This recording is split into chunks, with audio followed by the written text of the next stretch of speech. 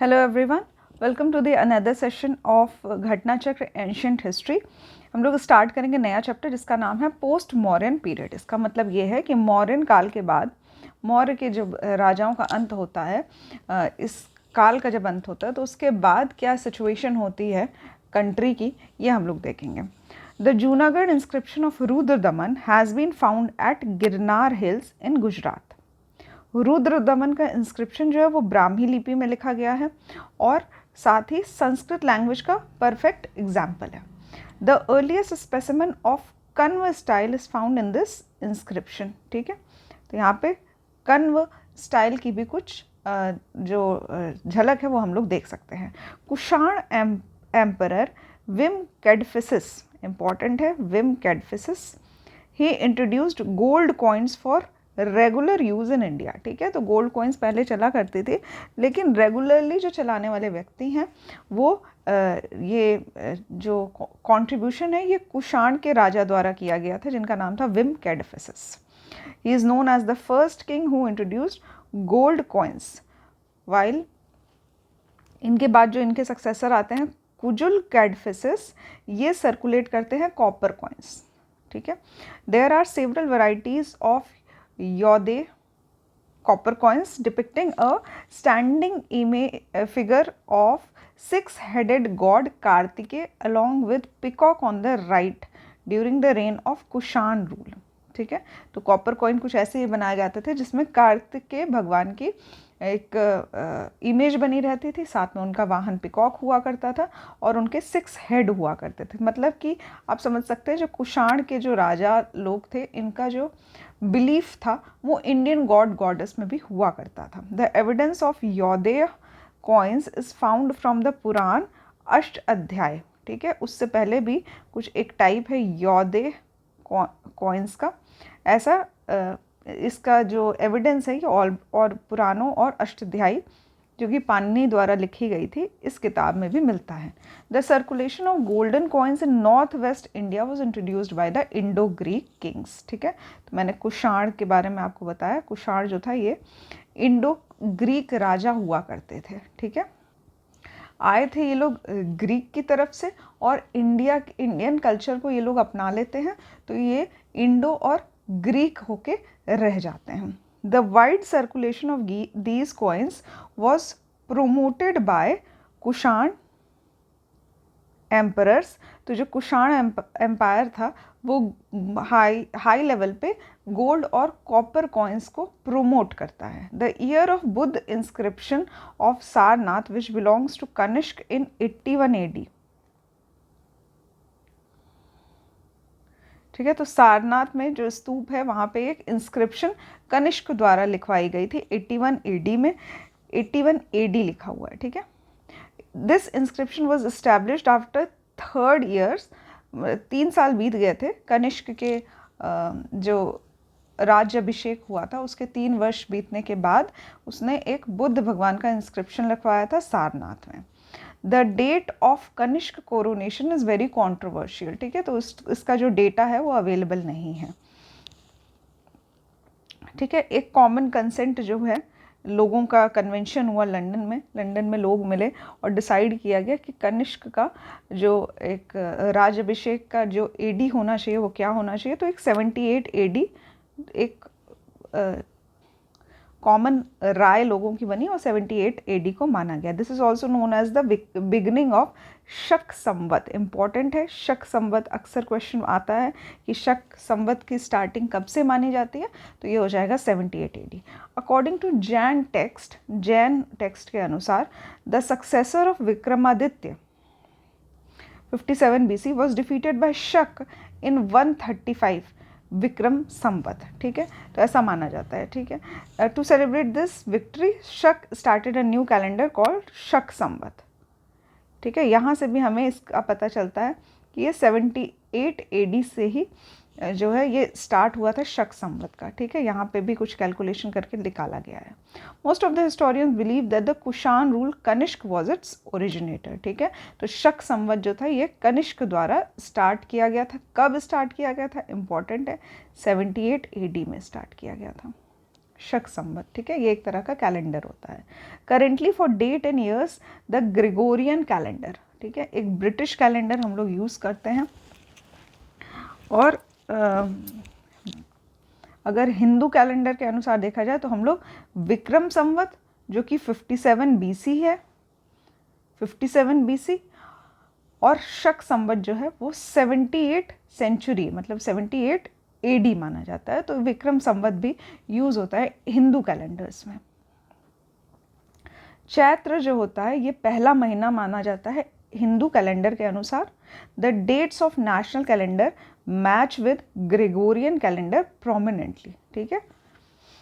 तो इस तरह से कुछ कैलेंडर के बारे में जिक्र किया गया है, ठीक है। नाम याद रखना है कि जो इंग्लिश कैलेंडर हम लोग यूज़ करते हैं तो बेसिकली वो ग्रेगोरियन कैलेंडर होता है, और जो हिंदी कैलेंडर हम लोग यूज़ करते हैं वो विक्रम संवत है। एक और संवत चलाया गया था, शक संवत था, वो 78 AD से था, और ये स्टार्ट किया गया था कनिष्क के द्वारा।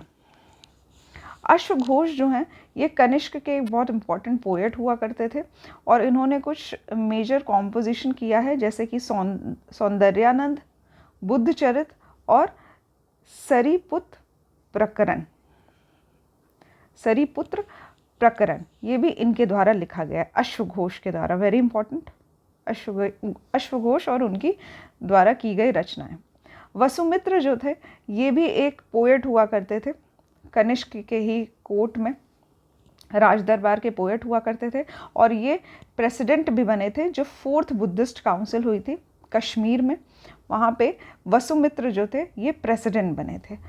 पर्स, अश्वघोष, नागार्जुन और चरक ये सभी स्कॉलर हुआ करते थे कनिष्क के राज दरबार में, ठीक है।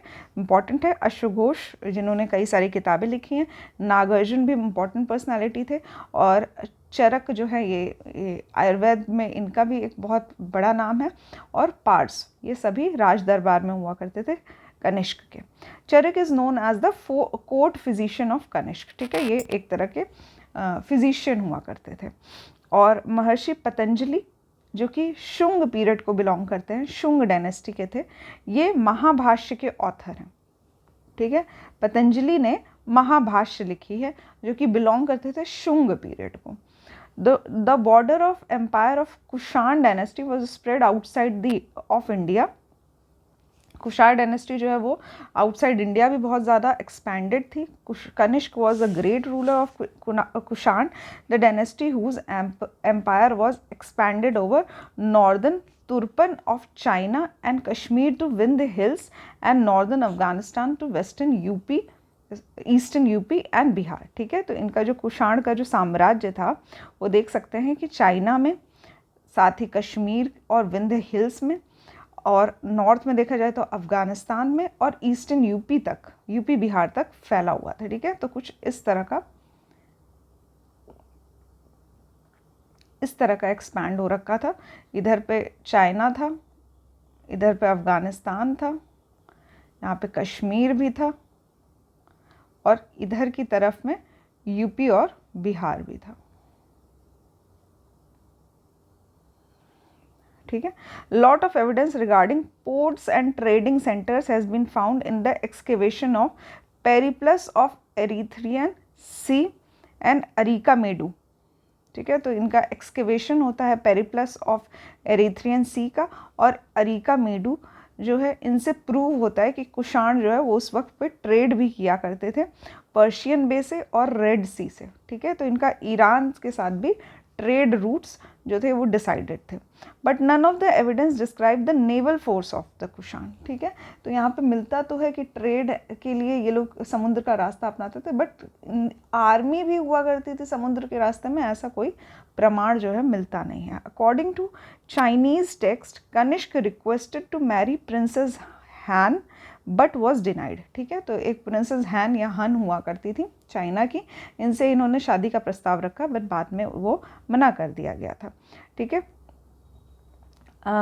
In retaliation they marched on Pan Chao, ठीक है। तो जब प्रिंसेस हैन ने मना कर दिया था तब इन्होंने, एक जगह हुआ करती थी पैन चाओ, वहाँ पे इन्होंने 86 AD में अपनी फोर्स भेज दी थी और कुछ चाइनीज़ फोर्सेस को हरा दिया था, ठीक है।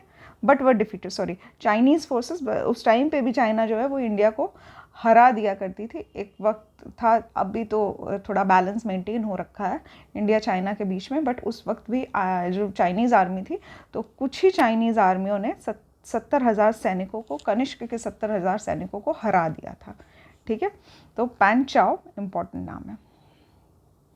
Then comes the Gandhara school of art was developed during the Kushan period. ठीक है, तो अर्लियर जब हम लोगों ने बुद्धिज़्म पढ़ा था तो वहाँ पे स्कूल ऑफ आर्ट्स हुआ करते थे, जैसे कि मथुरा,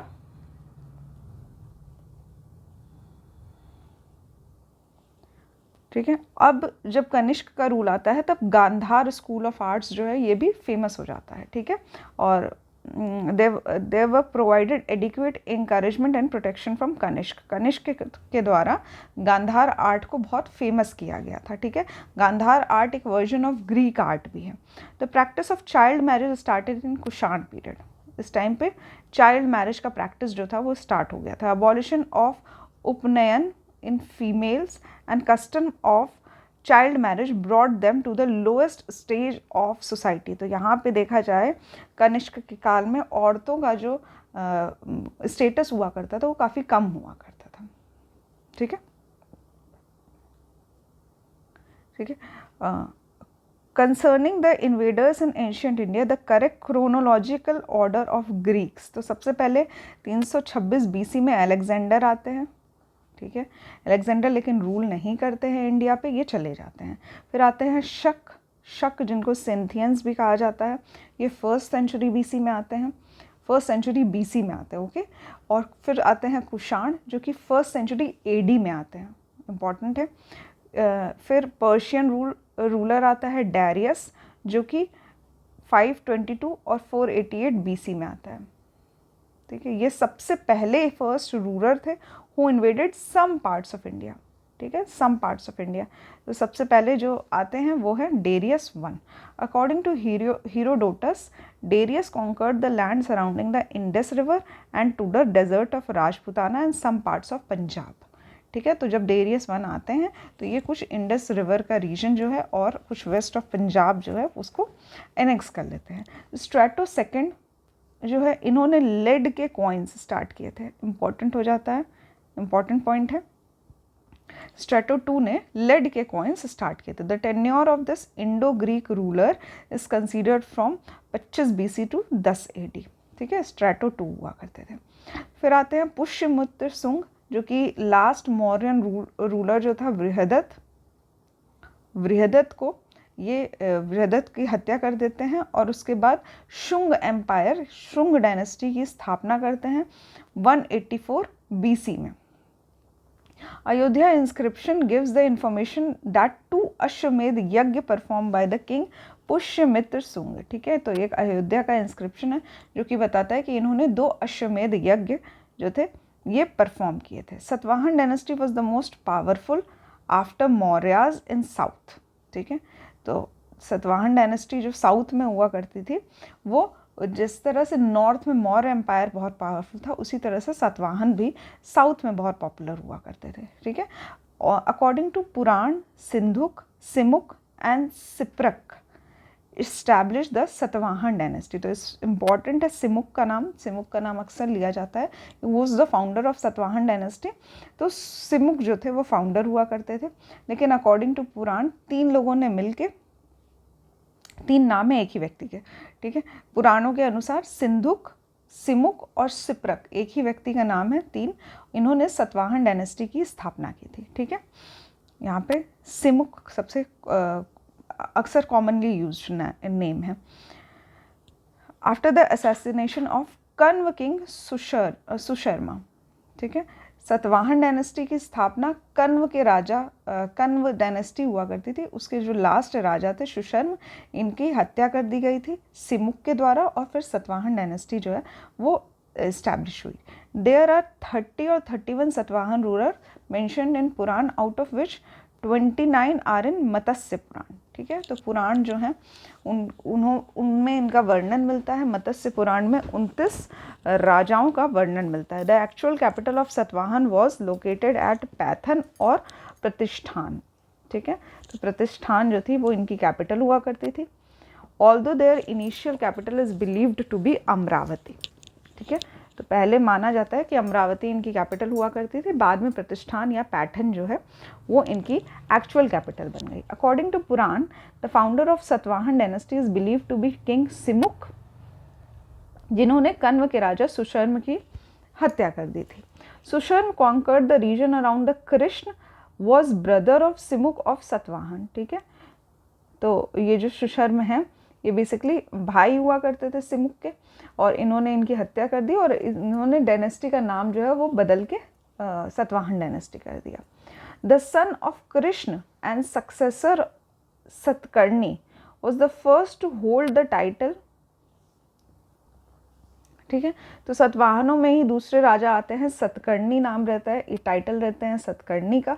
और नाना घाट के इंस्क्रिप्शन में इनके बारे में इंफॉर्मेशन मिलती है। गौतमी पुत्र सतकर्णी इनका पूरा नाम है, जो कि एक ब्राह्मणिज्म को प्रमोट किया करते थे।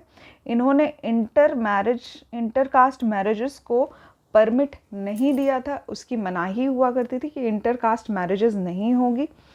और 4 वर्ण जो वर्ण सिस्टम था उसको ये फॉलो किया करते थे। तो बेसिकली ये एक तरह का संरक्षक का काम करते थे वर्ण सिस्टम का। Kharavela of Chedi dynasty was the king of Kalinga, ठीक है। तो ये कलिंग के राजा हुआ करते थे Kharavela. Much of the available information about Kharavela comes from the updated and partially damaged हाथी गुम्फा अभिलेख। तो इनका जो इंस्क्रिप्शन है हाथी गुम्फा का वो काफ़ी पॉपुलर है। इसके साथ ही उदयगिरी और खंडगिरी के जो गुफाएं हैं यहाँ पर भी कुछ इंस्क्रिप्शंस मिलते हैं इनसे रिलेटेड। जो खारवेल के राजा थे ये जैन धर्म को मानते थे, इन्हीं को फॉलो किया करते थे, ठीक है। This is the only known source है जो कि खारवेल के राजा के बारे में इंफॉर्मेशन देता है। नेक्स्ट लेक्चर में हम लोग देखेंगे क्वेश्चन आंसर्स इससे related. So thank you for watching the lecture.